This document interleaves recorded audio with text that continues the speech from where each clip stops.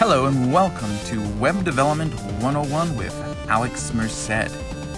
On this show, we'll talk about all the basic concepts of web development in a way that anyone can understand, whether it's front-end web development, back-end web development, and full-stack web development.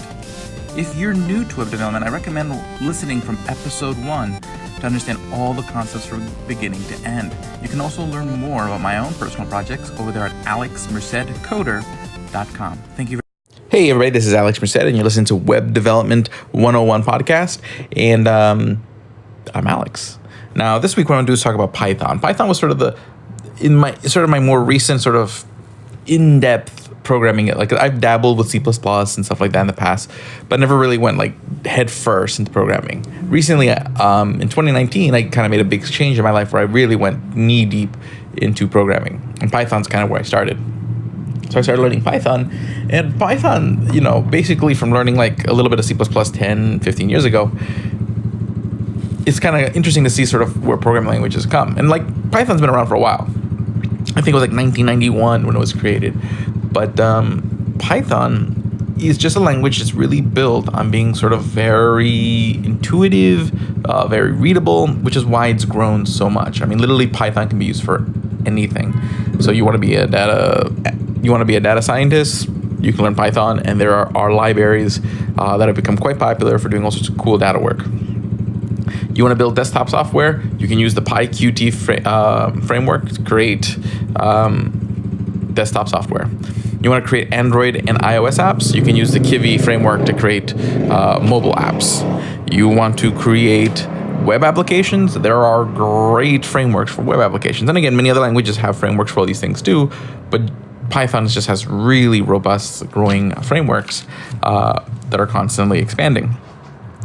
Now, in the world of the web, the two main frameworks that people use for Python is Django. Django I'm fairly familiar with. That's probably where I've done most of my web development work, which is pretty awesome. I mean, Django was really built for rapid application development, meaning just trying to get something up and running very, very quickly. It doesn't necessarily mean you finish it really, really quickly, but I mean, literally within a few minutes, you can have the ability to sort of test out your application, log in, create users, because there's a lot of things out of the box, makes user authentication, a lot of different cool stuff, really, really easy.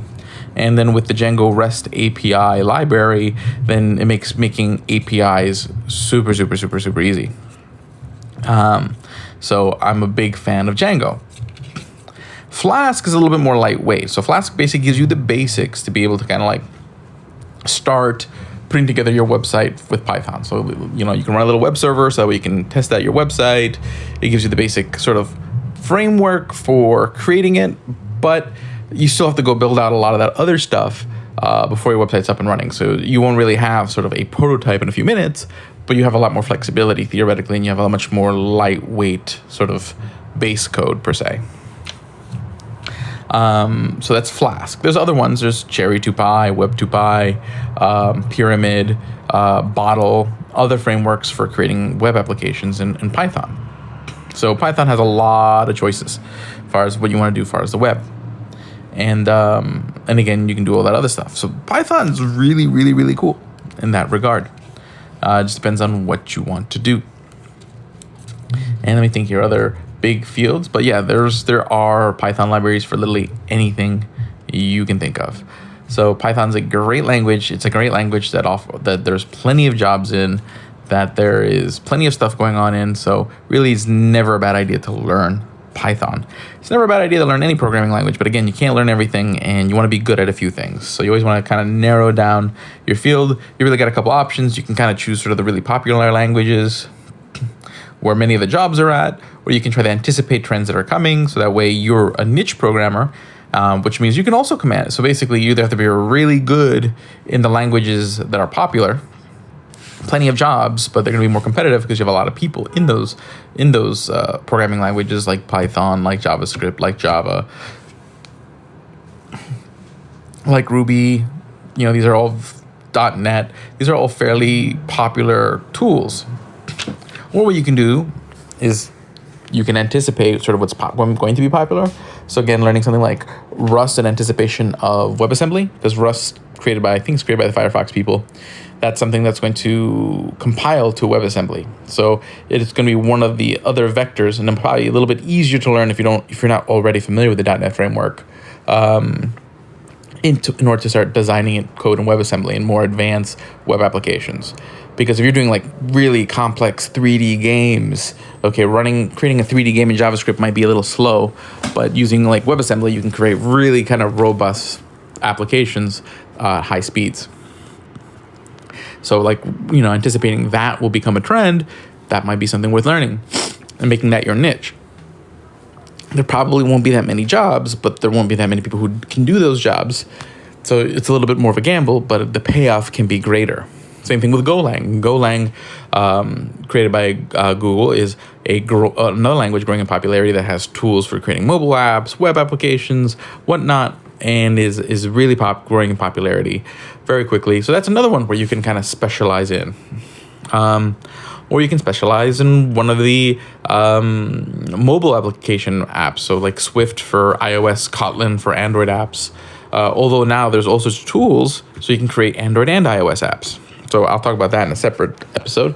But the idea is that there's kind of different ways. The third way you can go, so if you're not learning a super popular language and trying to be the best in a competitive market, or two, trying to focus on a niche language or a growing niche, so that way you can be one of the few going towards sort of high in demand trends. The third is you starting your own company, starting your own thing, and you can create a web application out of whatever you feel comfortable with. So if you want to use something like Opalang, that allows you to just really do the front and back of your website, and it just compiles the HTML, CSS, and JavaScript, you can go do that, and you can go create your website, create your business,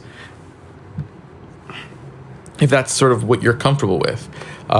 You want to use Swift for your server backend for whatever reason, you can do that. Because it's your website, it's your project, your business. So when it comes to if you're doing your own startup, it's you use whatever tools you feel most comfortable with, or whatever tools that the developers you have are most comfortable with. So that's generally kind of how that works. So those are your three options. So there are all these other miscellaneous programming languages that might just be a better tool for creating something that you want to create. That might be, but you decide sort of what route you want to go. If you're doing this as a hobby, not to look for a particular job, then you can learn whatever programming language and build anything out of any programming language and just have fun with it. So that's this week's episode. That's all I really wanted to say this week. You guys have a great week. I'll talk to you guys next week.